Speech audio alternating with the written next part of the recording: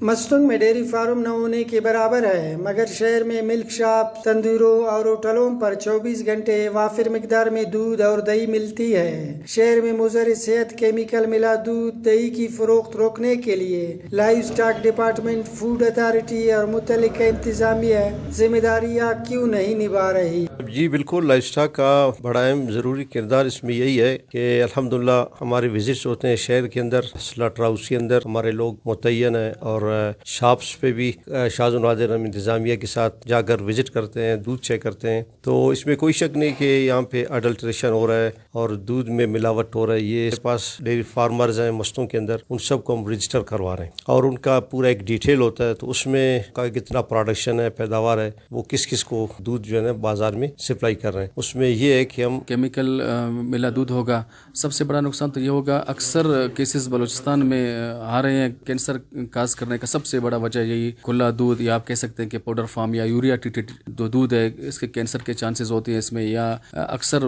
مستوں کے اندر آپ دیکھتے ہیں کہ معدے کے مریض آپ کو بہت زیادہ ملیں گے۔ تو بیسکلی جو ہمارے مریض ہیں یا چھوٹے بچے ہیں، عورتیں ہیں، دودھ زیادہ استعمال کرتے ہیں، تو اگر ان کو صاف دودھ نہیں ملے گا، ظاہری بات ہے تو نقصان اس کا ہوگا۔ تو اس لیے جتنے